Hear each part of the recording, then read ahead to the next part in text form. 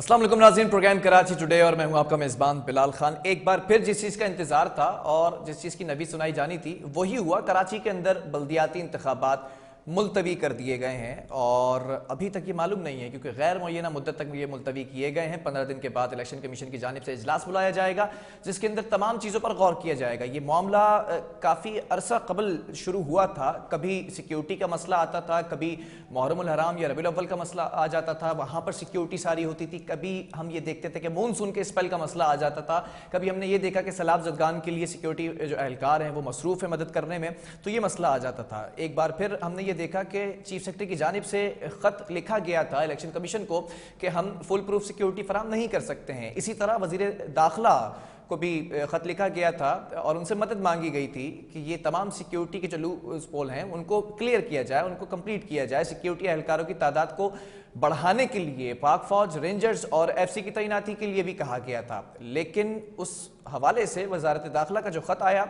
उसमें election commission ने यह फैसला किया है कि अब तक जो बल्दियाती इंतखाबात होने जा रहे थे वक्त पर वो मुलतवी कर दिए गए हैं।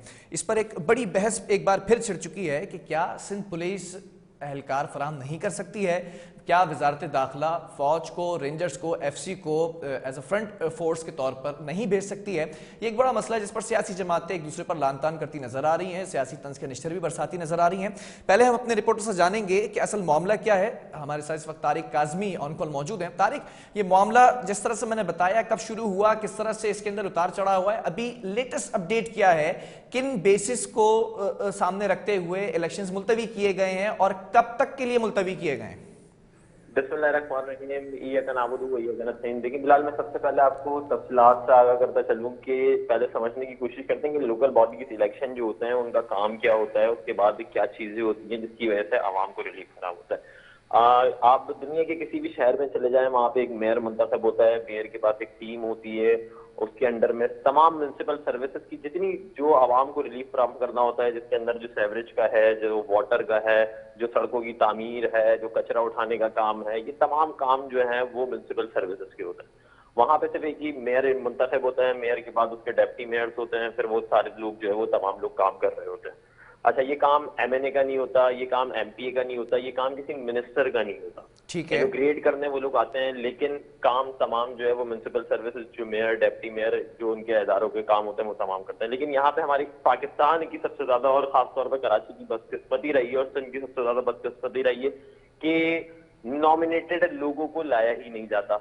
एडमिनिस्ट्रेटर आज से 2 साल कबल एक टेन्योर खत्म हुआ वसीम अख्तर का, उसके बाद जो है वो एडमिनिस्ट्रेटर मुर्तजा वहाब को लगाया गया, फिर उसके बाद वो चलता रहा। हालांकि आईनी और कानूनी तौर पे ये है कि 90 दिन के अंदर जो निगरान बैठेगा उसको इलेक्शन करवाने हैं। इलेक्शन के बाद जो नॉमिनेटेड है तमाम जितने भी अख्तियारात है उसके सुपुर्द करके, जो बैंक अकाउंट के अंदर जो पैसे हैं उसके सुपुर्द करके, उसको हिसाब किताब देके आपको फिर बरी जिम्मा कर दिया जाएगा वहां से। लेकिन यहाँ पे ये होता है कि एक शख्स को बिठा दिया जाता है और वो टेन्योर चलता रहता है। अवाम के वोट का किसी को ख्याल नहीं होता। हुआ ये 3 दफा इलेक्शन जो है वो होने थे, बल्दियाती इंतखाबात की डेट अनाउंस की गई। अनाउंस होने के बाद जो है वो फिर सिंध हुकूमत जो है वो स्टेक होल्डर्स को मिलाए बगैर जो है वो एक खत लिख देती थी इलेक्शन कमीशन को। ये तीसरा खत लिखा गया था जिसके बाद जो है वो आज फैसला हुआ। पहला खत लिखा गया, उसके अंदर बताया गया कि मुहर्रमुल हराम है, उसके बाद जो है उसके अंदर वो बारिशों का सिलसिला जारी रहेगा, तो इस वजह से जो है वो 2 इवेंट्स एक साथ हैं जिसकी वजह से जो है वो बल्दियाती इंतखाबात मुलतवी किए जाए। वो पहले इंतखाबात मुलतवी कर दिए गए। फिर दूसरा खत जो है वो जैसे उसकी डेट करीब आने लगी उसके बाद जो है वो दूसरा लेटर लिखा गया कि जो है अभी सैलाब ज़दगान जो है वो वहां पे मौजूद है, तो इस वजह से उन इलाकों में आफतज़दा करार दे दिया गया, उसके वहां पे इलेक्शन नहीं हो सकते। दूसरी दफा भी इलेक्शन मुलतवी कर दी गई। अच्छा, तीसरी दफा में कोई इशू जो बनाया गया वो ये बनाया गया जो पुलिस एहलकार है, क्योंकि सिक्योरिटी प्रोवाइड करना सबसे बड़ी अहम जिम्मेदारी होती है किसी भी इदारे की, चाहे वो एफसी हो, चाहे वो पुलिस हो, चाहे वो रेंजर्स हो या चाहे फौज। तो उनको बैकअप पे रखना पड़ता है। पुलिस एहलकार ड्यूटीज देते हैं, रेंजर्स उनके साथ होती है। एफसी का बहुत कम चांसेस होते हैं कि उनको लगाया जाए, लेकिन फौज जो है वो बैकअप पे जो ज्यादा हसास पोलिंग स्टेशन होते हैं वहां पे जो है वो उनको फौज को तैनात किया जाता है। अभी यहाँ पे लेटर लिखा गया है जिसके अंदर बताया गया है कि 16,000 एहलकारों की कमी का सामना है जिसकी वजह से इलेक्शन नहीं करा सकते। अच्छा, लेटर के अंदर 2 तजवीज दी गई थी। पहली तजवीज ये दी गई थी कि 2 मरहले में 2 फेजेस के अंदर इलेक्शन करा लिए जाए, जिसके अंदर से जो है वो कराची के जो है वो 4 अजला के अंदर पहले इलेक्शन करा ली जाए, उसके बाद कराची के 3 अजला जो बाकी रह जाए। अच्छा, अजला अपॉइंटेड नहीं किए गए थे कौन से अजला में कब इलेक्शन होने, लेकिन वहां पे ये मेंशन किया गया था कि 3 अजला के अंदर पहले इलेक्शन करा लिए जाए, जबकि 4 अजला के ठीक अंदर है, जो है ये सिंध हुकूमत ने तजवीज दी थी इलेक्शन कमीशन को, इसका जी तस्करा करते रहे वजीर इत्तलात सिंध शर्जील इनाम मेमन भी। जी, शर्जील इनाम मेमन जो वजीर इत्तलात, उन्होंने भी तस्करा किया। लेटर के अंदर भी यही बात लिखी गई थी कि 2 फेजेस के अंदर करा लिए जाएं, या तो फिर जो है वो मुलतवी, अगर ऐसा पॉसिबल नहीं है तो इलेक्शन जो है वो मुलतवी करा दिए जाएं। अच्छा, एक ज़िमनी इंतखाबात थे और एक बल्दियाती इंतखाबात थे। बल्दियात जो ज़िमनी इंतखाबात थे वो हो गए, उसके बाद बचे बल्दियाती इंतखाबात जो 23 अक्टूबर को होने थे कराची समेत 16 अजला के अंदर सिंध के। लेकिन फिर उसके बाद आज जो है वो कल लेटर, आज से गुज़िश्ता हफ्ते जो एक लेटर लिखा गया जिसके अंदर कहा गया था कि जो है वो हम वो क्या कहते हैं इजलास बुलाया जाएगा। इजलास बुलाने के बाद जो है वो फैसला किया जाएगा कि क्या मामला है।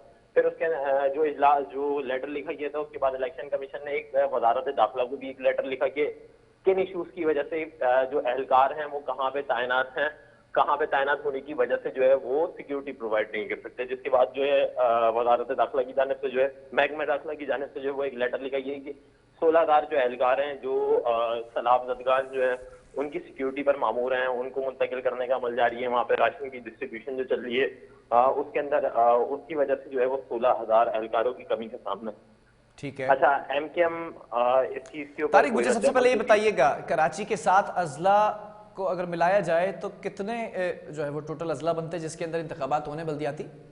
देखिए फिलहाल 16 अजला हैं जिसके अंदर इंतखाबात होने हैं। कराची के 7 अजला हैं, फिर हैदराबाद है, फिर सिंध के जो है मुख्तलिफ अजला हैं जिसके अंदर जो है वो 16 अजला जो है वो जिसके अंदर बल्दियाती इंतखाबात होने, जहाँ पे अब तक जो है वो नॉमिनेटेड जो बंदे हैं जो मेयर्स की सीट पे बैठेंगे, डेप्टी मेयर्स की सीट पे बैठेंगे, वो अब तक नॉमिनेट नहीं हो सके क्योंकि इलेक्शन की जो है वो बार बार डेट जो है पोस्टपोन की जा रही है। अब 15 दिन बाद आज जो फैसला सुनाया गया उसके अंदर ये कहा गया कि जो है वो सिक्योरिटी के इश्यूज की वजह से इलेक्शन जो है वो मुलतवी किए जाते हैं।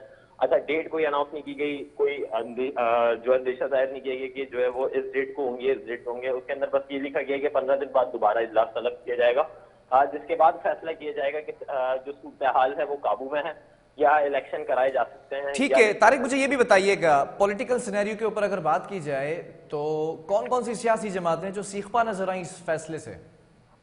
देखें फिलहाल पीटीआई और जमात इस्लामी, क्योंकि जमात इस्लामी ने पहले ही कह दिया था कि हम जो अगर फैसला अगर अगेंस्ट में आते बल्दियाती इंतखाबात नहीं कराए जाते तो हम अदालत जाएंगे और अदालत से जो है वो फैसला लेकर आएंगे, उसके बाद बल्दियाती इंतखाबात कराएंगे। ठीक है। एक जमात इस्लामी है, फिर पीटीआई और बाकी दीगर जो छोटी जमातें हैं, जो सियासी जमातें काम कर रही हैं कराची के अंदर, वो तमाम जमातों की जानिब से मजम्मत की गई कि जो है वो हम इस फैसले को नहीं मानते, हम अदालत उज़्मा जाएंगे, वहां से फैसला लेकर आएंगे। जबकि अरसलान जो पीटीआई के सिंध के जो तर्जुमान है उनका कहना ये है कि जो है वो इमरान खान की मकबूलियत की वजह से इन्होंने देख लिया कि इमरान खान की कितनी मकबूलियत है, इसकी वजह से जो है वो बल्दियाती इंतखाबात ये मुलतवी करा रहे हैं। और एमकेएम और पाकिस्तान पीपल्स पार्टी की इल्जाम है इसकी अरसलान ताज ने कि एमकेएम और पाकिस्तान पीपल्स पार्टी मिलकर जो है वो कराची की बेहतरी के लिए काम नहीं करी, बल्कि उल्टा कराची को लूटने के लिए जो है वो सरगर्म अमल है। और वो तमाम काम जितने भी कर रही है जो एडमिनिस्ट्रेटर दिखा रही है, क्योंकि एमकेएम के साथ जो मुआहदा हुआ था उसको तकमील तक पहुंचाने के लिए जो है वो पीपल्स पार्टी ये तमाम हरबे इस्तेमाल कर रही है। ठीक है। खुर्रमशीर दमान ने भी प्रेस कॉन्फ्रेंस की, फिर उसके बाद हाफिज नईमुर रहमान ने भी प्रेस कॉन्फ्रेंस की, तमाम लोगों ने प्रेस कॉन्फ्रेंस की और इस चीज की जो है मजम्मत की कि हम बल्दियाती इंतखाबात मुलतवी होने पर जो है मजम्मत करते हैं और इलेक्शन कमीशन के इस फैसले को नहीं मानते। जी ठीक है, अगर दूसरी तरफ हम इंतजामी उमूर की बात करें तो बल्दियाती इंतखाबात के लिए जिन चीज़ों को मुकम्मल किया जाना था, क्या वो तैयारियां शुरू हो गई थी या पहले से ही एक्सपेक्टेड थे कि बल्दियाती इलेक्शन एक बार फिर तवालत का शिकार हो जाएंगे?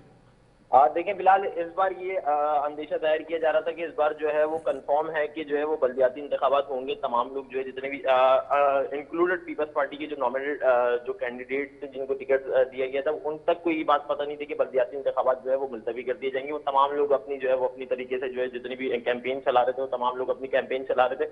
हाँ, एमकेएम की जानिब से कोई कैंपेन तो देखने में नहीं गया। हो सकता है कि जराए का कहना यह कि एमकेएम को इस बात का पहले से ही पता था, क्योंकि हल्का बंदियों के ऊपर एमकेएम ने एतराज़ात जो है वो दायर किए थे जो अदालत के अंदर, और पीपल्स पार्टी के ऊपर भी पीपल्स पार्टी से इसी चीज के तहफ़्फ़ुज़ात का इज़हार किया जा रहा था कि हल्का बंदी कराए बगैर जो है वो इलेक्शन ना कराया जाए, ताकि जो है वो जितनी हल्का बंदी है वो तमाम सामने आए और पता चले कि किस जगह कौन सा एरिया किस जगह पे, कौन सी यूसी किस जगह पे।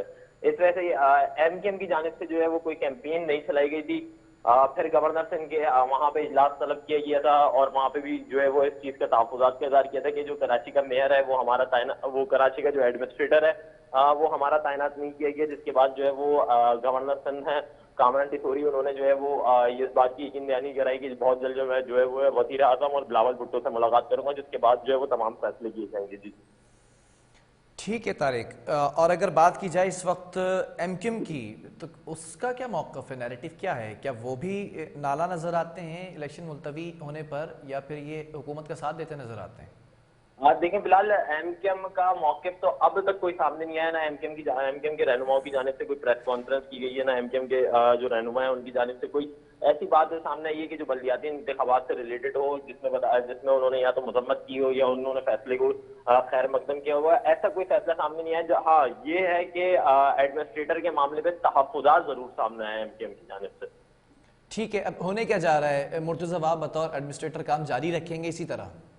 देखें, फिलहाल क्योंकि सीएम सिंह ने ये बात है, क्योंकि जब मुर्तज़ा वहाब ने अपना इस्तीफा जो सीएम सिंह को भिजवाया था, वहां पे सीएम सिंह ने जो है वो साफ और वाज़ेह अल्फाज में क्लियर कर दिया है जब तक नॉमिनेटेड मेयर नहीं आएंगे, जब तक एडमिनिस्ट्रेटर मुर्तज़ा वहाब और तमाम जो डिस्ट्रिक्ट के मेयर हैं और जितने भी पीपल्स पार्टी की बल्दियात में लोग बैठे हुए हैं, वो तमाम लोग वैसे ही काम करेंगे जैसे अब काम कर रहे हैं। क्योंकि सीएम सिंह की जानिब से भी जब रिलीफ प्रोग्राम के लिए प्रेस कॉन्फ्रेंस की जा रही थी, उसके अंदर भी ये बात कह दी गई थी कि सीएम सिंह की जानिब से कि जो इंतखाबात हैं अभी ठीक है तारिक, एक बड़ा क्विक सा कमेंट चाहिए आपके पास। क्या रिपोर्ट है कराची के अंदर जिन सड़कों की मुरम्मत का काम जारी था, मुर्तज़ा वहाब ने इस्तीफा दिया, उसके बाद वो काम सुस्तरवी का शिकार हुआ, दोबारा से अब हम देख रहे हैं कि मुख्तलिफ जगहों पर कारपेटिंग करना शुरू कर दी गई है। ये तमाम काम कब तक कंप्लीट हो जाएंगे? क्योंकि अब तो बल्दियाती इलेक्शन मुलतवी हो गए। पहले ये तासुर जा रहा था कि बल्दियाती इलेक्शन की वजह से पीपल्स पार्टी या मुर्तज़ा वहाब बतौर एडमिनिस्ट्रेटर ये काम करवा रहे हैं।